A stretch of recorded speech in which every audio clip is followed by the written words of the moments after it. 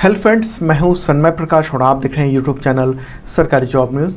ये 26 अगस्त 2020 के important current affairs questions हैं। पीडीएफ अवेलेबल है विद नोट्स फ्री में इस वीडियो के डिस्क्रिप्शन में, या आप इसे वीडियो खत्म होने से ठीक पहले मेरे बगल में जो डाउनलोड का लिंक आएगा वहाँ से ले सकते हैं।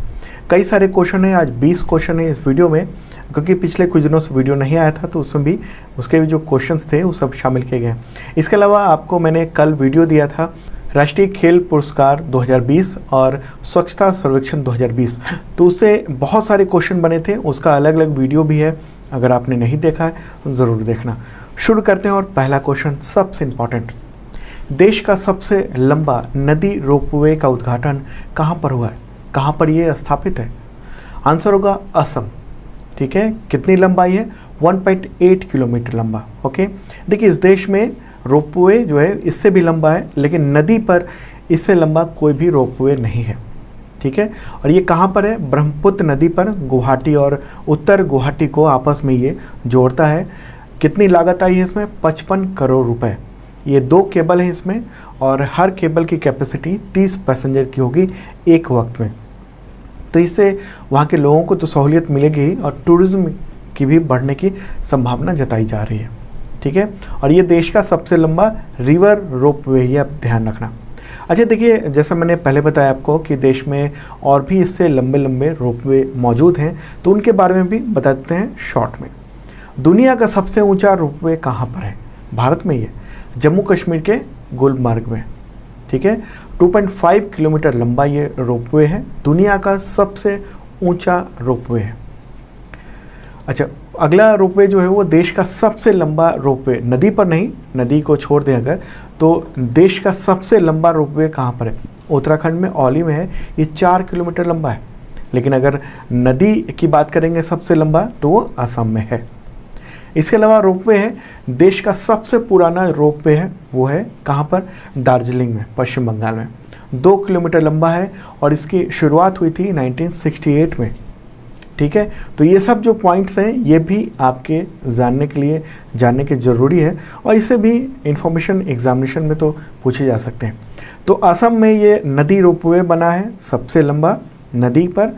असम की राजधानी क्या है? दिसपुर। मुख्यमंत्री कौन है? सर्बानंद सोनोवाल, और गवर्नर जगदीश मुखी।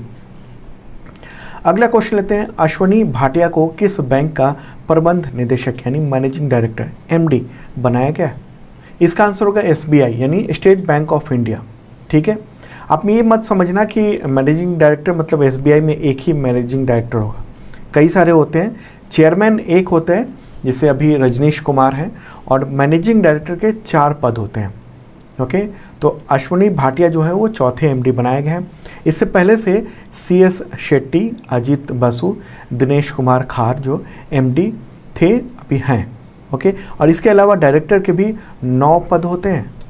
तो अश्वनी भाटिया को 31 मई 2022 तक MD के रूप में नियुक्ति दी गई है। अगला क्वेश्चन लेते हैं, पाकिस्तान सरकार ने किस पूर्व प्रधानमंत्री को भगोड़ा घोषित करके ब्रिटेन सरकार से प्रत्यर्पण की मांग की है? आंसर होगा इसका नवाज शरीफ। पाकिस्तान के 3 बार के प्रधानमंत्री रह चुके हैं नवाज शरीफ, और इलाज के सिलसिले में लंदन में है, और भ्रष्टाचार के मामले में उनको एक जवाबदेही अदालत ने कैद की सज़ा सुनाई थी, लेकिन इलाज के लिए वहाँ हैं। तो सरकार चाह रही है कि वो पाकिस्तान लौट आएँ। तो पाकिस्तान की राजधानी क्या है? इस्लामाबाद। प्राइम मिनिस्टर कौन है? इमरान खान। और प्रेसिडेंट कौन है? आरिफ अलवी। अगला क्वेश्चन जो है वो बहुत इंपॉर्टेंट है। क्वेश्चन होगा, national cancer register program report 2020 के अनुसार अगले 5 वर्ष में कैंसर के मामले में कितनी वृद्धि होने का अनुमान है? कितना %? आंसर होगा 12%। बहुत ज़्यादा ये आंकड़ा है। अगले 5 साल में 12% की बढ़ोतरी हो जाएगी कैंसर के केस में। इस रिपोर्ट को किसने जारी किया? तो ICMR ने यानी Indian council of medical research ने। ठीक है, और इस रिपोर्ट में ये कहा गया है कि अगले 5 साल में कैंसर प्रभावित लोगों की संख्या में 12% की वृद्धि हो सकती है। तो 2025 तक कितने हो सकते हैं? तो लगभग 1.57 मिलियन। इसको लाख में कन्वर्ट करें तो 15,70,000 लोगों के इस बीमारी से पीड़ित होने का अनुमान है 2025 तक। और सबसे ज़्यादा तंबाकू से संबंधित जो कैंसर है यानी 27.2% बढ़ेंगे आने वाले वक्त में। और 2020 के अंत तक जो इस रिपोर्ट में कहा गया कि इस साल के अंत तक देश में 13.9 लाख कैंसर रोगी होंगे, मतलब लगभग 14 लाख। ठीक है, और 2020 में ही अभी तंबाकू से जो संबंधित जो कैंसर है और उसका जो अगर संख्या देखें तो 27.1% है। टोटल जो कैंसर है उसमें 27.1% तंबाकू की वजह से है। और उसके बाद जो नंबर आता है गैस्ट्रो इंस्टेंटाइनल कैंसर का 19.7%, और अगला है गर्भाशय ग्रीवा कैंसर का 5.4% जो टोटल कैंसर का है। इस रिपोर्ट में एक और बात सामने आई है कि कैंसर की सबसे ज़्यादा जो घटनाएं हैं वो उत्तर पूर्व क्षेत्रों में देखी गई है। पुरुषों में पेट, फेफड़े, मुंह और अदर जो प्रणाली है शरीर की उसमें कैंसर आम हो गया। महिलाओं में खासतौर पे गर्भाशय ग्रीवा और स्तन कैंसर जो है वो आम हो गया। तो कैंसर क्या है, कैसे होता है, मुझे लगता है आप जानते होंगे। देखिए, शरीर के किसी भी भाग पर जो उत्तक है, टिश्यू है, उसका असामान्य रूप से उसका गठन यानी ट्यूमर के रूप में जो उभरता है तो वो कैंसर हो सकता है। हालांकि हर ट्यूमर जो है वो कैंसर नहीं होता है, तो कुछ ट्यूमर जो कैंसर की श्रेणी में आते हैं तो वही नुकसान पहुंचाते हैं। शुरुआती स्टेज में अगर पता चल जाए तो इलाज हो सकता है रेडियोथेरेपी, कीमोथेरेपी वगैरह वगैरह से। तो ये जो रिपोर्ट है बहुत इंपॉर्टेंट है और ये ICMR ने जारी की है। ICMR का हेडक्वार्टर कहाँ है? न्यू दिल्ली में। अभी डायरेक्टर कौन है ICMR के? डॉक्टर बलराम भार्गव। स्थापना कब हुई थी ICMR की? तो ये 1911 में स्थापना हुई थी। उस समय इसका नाम था IRFA और 1949 में 1949 में इसका नाम ICMR हो गया था। तो ICMR के रूप में स्थापना हुआ था, 1949 भी कह सकते हैं। अगला क्वेश्चन लेते हैं, भारत के किस अंतरिक्ष मिशन ने चंद्रमा की कक्षा में 20 अगस्त 2020 को 1 साल पूरा कर लिया? आंसर होगा चंद्रयान 2। ठीक है, देखिए चंद्रयान 2 का जो ऑर्बिटर है वो चांद का चक्कर लगा रहा है और इसे पिछले साल 22 जुलाई 2019 को सतीश धवन स्पेस सेंटर से लॉन्च किया गया था और 20 अगस्त 2019 को ये चांद की कक्षा में यानी ऑर्बिट में पहुंच गया था, वहाँ ऑर्बिट करने लगा था। हालांकि हार्ड लैंडिंग की वजह से, जो हार्ड लैंडिंग हुई थी इसमें से जो निकला था लैंडर और रोवर, वो दुर्घटनाग्रस्त हो गया चांद पर ही और वो बिखर गया था, टूट गया था। हालांकि ऑर्बिटर जो है वो अभी भी सही सलामत काम कर रहा है और चांद की तस्वीरें भी भेज रहा है। और अब इसरो जो है वो चंद्रयान 3 की तैयारी कर रहा है। अच्छा, इसी ऑर्बिटर से एक क्वेश्चन मुझे ध्यान में आ रहा है। मैंने कुछ दिन पहले आपको बताया था, पूछा था, वहाँ एक गड्ढा है, गड्ढा कहें कि क्रेटर कहिए उसको, और क्रेटर का नाम जो है इसरो ने रखा है और चंद्रयान 2 के जो ऑर्बिटर है उसी ने ढूंढा था वो क्रेटर, फोटो ली थी।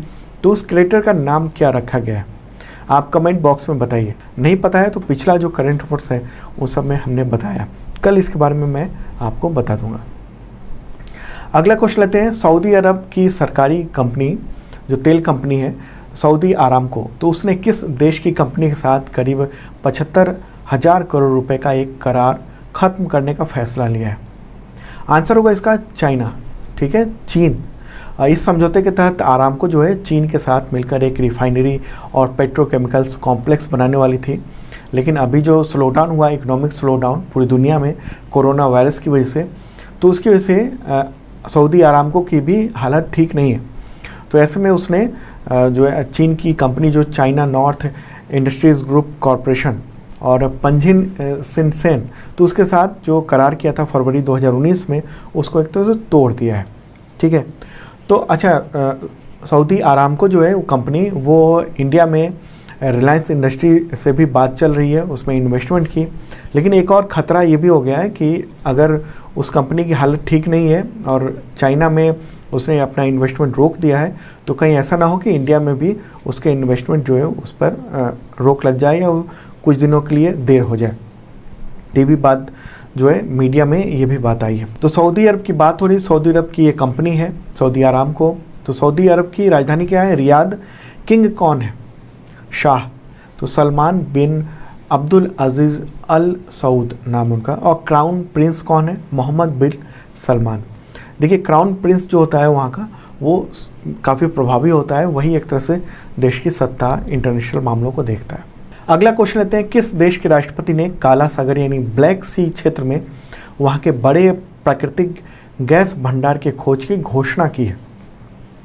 आंसर होगा तुर्की। तुर्की के प्रेसिडेंट कौन है? Recep Tayyip Erdogan. ठीक है, तो उन्होंने ये ऐलान किया है। तो ये काला सागर कहाँ पर है, तुर्की कहाँ पर है, ये मैप में हम लोग देख लेते हैं। देखिए, आप वर्ल्ड मैप देख रहे हो और प्यारा भारत सामने है अपना। तो यहाँ से जब पाकिस्तान होते हुए ईरान के आगे बढ़ते हुए पश्चिम की ओर चलेंगे तो ये रहा तुर्की। ठीक है, ये तुर्की कंट्री है और इसी के आगे इस तरफ आप देख रहे हो ब्लैक सी है यानी काला सागर है। तो बहुत सारी कंट्री का यहाँ पर राइट है इस काला सागर में, जैसे Georgia, Russia, Ukraine, Romania, Bulgaria, तो इन सब का भी अधिकार है। सब ने अपने अपने अधिकार उससे बांट रखे हैं। तो काला सागर में जिस जगह पर गैस का भंडार मिला है वो तुर्की के रीजन में आता है, जो देख रहे हो आप हल्के लाइट में ब्लिंक कर रहे हैं। और काला सागर में फतेह नामक एक ड्रिलिंग जहाज़ है, उसके द्वारा ये खोज किया गया है यहाँ पर कितना गैस पाया गया है। तो इसका भंडार है 320 अरब क्यूबिक मीटर। ये जो गैस का भंडार है ये पानी की सतह के 2100 मीटर नीचे गहराई पर है और प्राकृतिक गैस का उत्पादन होगा 2023 तक होने लगेगा, ऐसी उम्मीद की जा रही है। और इससे क्या फ़र्क पड़ेगा, तो तुर्की का जो अभी रूस पर निर्भरता है वो एक तरह से कम होगा। तुर्की की टोटल जो जनसंख्या कितनी है, 8 करोड़, और इसकी इकॉनमी जो है वो नेचुरल गैस पर डिपेंडेंट है। तुर्की की ज़रूरत 40 बिलियन क्यूबिक मीटर होती है हर साल की। तो अगले 8 साल तक तुर्की एक तरह से गैस को लेकर इंडिपेंडेंट बना रह सकता है। अभी जो है वो ज़्यादातर जो हिस्सा है रूस, बुल्गारिया इन सब से खरीदता है, लेकिन अब एक तरह से निर्भरता ख़त्म हो जाएगी। तो गैस के खोज की बात हो रही है, तो आपको बता दूं कि गैस की खोज को लेकर ग्रीस से भी विवाद चल रहा है, टेंशन चल रहा है तुर्की का, लेकिन वो काला सागर में नहीं चल रहा है, बल्कि उसके नीचे इस तरफ ये जो मेडिटेरियन सी है वहाँ पर उसका विवाद चल रहा है। वहाँ पर ग्रीस के समर्थन में फ्रांस ने फाइटर जेट जो है रफाल वो भी तैनात कर दिए। तो वहाँ पर तनातनी देखने को मिल रही है, ग्रीस है इस तरफ और तुर्की है इस तरफ, तो इन दोनों के बीच में टेंशन दिख रहा है। लेकिन अभी जो खोज हुई है वो ऊपर हुई है, ठीक है, ब्लैक सी में। तो ये जो मैप के थ्रू मैं बताता हूँ आपको, एक तरह से आप इस पूरे सब कुछ को समझ लेते हैं। ठीक है, तो अगला क्वेश्चन लेते हैं। उससे पहले बता दूं कि 2020 का जनवरी से अभी तक का करंट अफेयर्स भी अवेलेबल है पीडीएफ के रूप में, विद नोट्स है डिटेल में, और एमसीक्यू तो है ही। तो डिस्क्रिप्शन में चेक कर लेना, वहाँ आपको मिल जाएगा, तमाम एग्जामिनेशन में काम आएगा। और 2019 का भी है पीडीएफ अवेलेबल, 2019 का बुक भी अवेलेबल है अमेजन पे, तो डिस्क्रिप्शन में डिटेल है। आगे बढ़ते हैं, अगला क्वेश्चन लेते हैं। अशोक लवासा की जगह नया चुनाव आयुक्त किसे नियुक्त किया गया, किसे बनाया गया नया चुनाव आयुक्त? आंसर का राजीव कुमार। वो देश के जो फाइनेंशियल सर्विसेज के सेक्रेटरी रह चुके हैं और 1 सितंबर को पद संभाल लेंगे। इससे पहले अशोक लवासा ने 18 अगस्त को चुनाव आयुक्त पद से इस्तीफा दे दिया था और एशियाई डेवलपमेंट बैंक के उपाध्यक्ष बन रहे हैं वो। तो राजीव कुमार की बात हो रही है, 1984 बैच के झारखंड कैडर के रिटायर्ड आईएएस अधिकारी हैं और पिछले साल जुलाई 2019 में वो वित्तीय सेवा विभाग के सचिव नियुक्त किए गए थे। तो इलेक्शन कमीशन जो है उसमें एक चीफ इलेक्शन कमिश्नर होता है और 2 इलेक्शन कमिश्नर होते हैं। उनकी नियुक्ति 6 साल या फिर 65 ईयर की उम्र तक के लिए होती है और स्टेटस और सैलरी जो है वो सुप्रीम कोर्ट के जज के बराबर होता है। चीफ इलेक्शन कमिश्नर को हटाने का तरीका सिर्फ इम्पीचमेंट यानी महाभियोग से ही होता है, पार्लियामेंट के द्वारा। ठीक है, तो इस वक्त चीफ इलेक्शन कमिश्नर है सुनील अरोरा और इलेक्शन कमिश्नर कौन कौन है? सुशील चंद्रा और अब ये राजीव कुमार हो गए। अगला क्वेश्चन लेते हैं। विश्व स्नूकर चैंपियनशिप 2020 का खिताब किस खिलाड़ी ने जीता? आंसर होगा रोनी ओसुलिवान। ठीक है, रोनी ओसुलिवान, वो इंग्लैंड से हैं और उन्होंने फाइनल में इंग्लैंड के ही काइरेन विल्सन उनको हराया और ये जीत लिया अवार्ड। अगला क्वेश्चन लेते हैं। उत्तर प्रदेश के बुंदेलखंड क्षेत्र का जल संकट समाप्त करने के लिए भारत ने किस देश के साथ टेक्नोलॉजी आधारित समझौते पर सिग्नेचर किया है? आंसर होगा इजराइल। देखिए 20 अगस्त को अभी हाल ही में लखनऊ में कृषि उत्पादन आयुक्त आलोक सिन्हा और इजराइल के जो राजदूत हैं डॉक्टर रॉन मल्का, तो एक समारोह आयोजित किया गया था, उसी में ये सिग्नेचर हुए हैं। तो इसमें यह होगा कि टेक्नोलॉजी के थ्रू वहाँ के जो 28 ज़िले हैं यूपी के बुंदेलखंड इलाके में, तो वहाँ पर जो है पानी की व्यवस्था, इन सब पर बातचीत की जाएगी, इन सब पे काम होगा पानी अरेंज कराने पर, क्योंकि टेक्नोलॉजी के मामले में इजराइल जो है वो काफ़ी आगे है, तरक्की कर चुका है वो।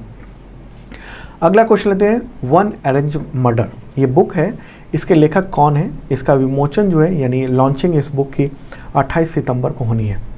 आंसर होगा चेतन भगत।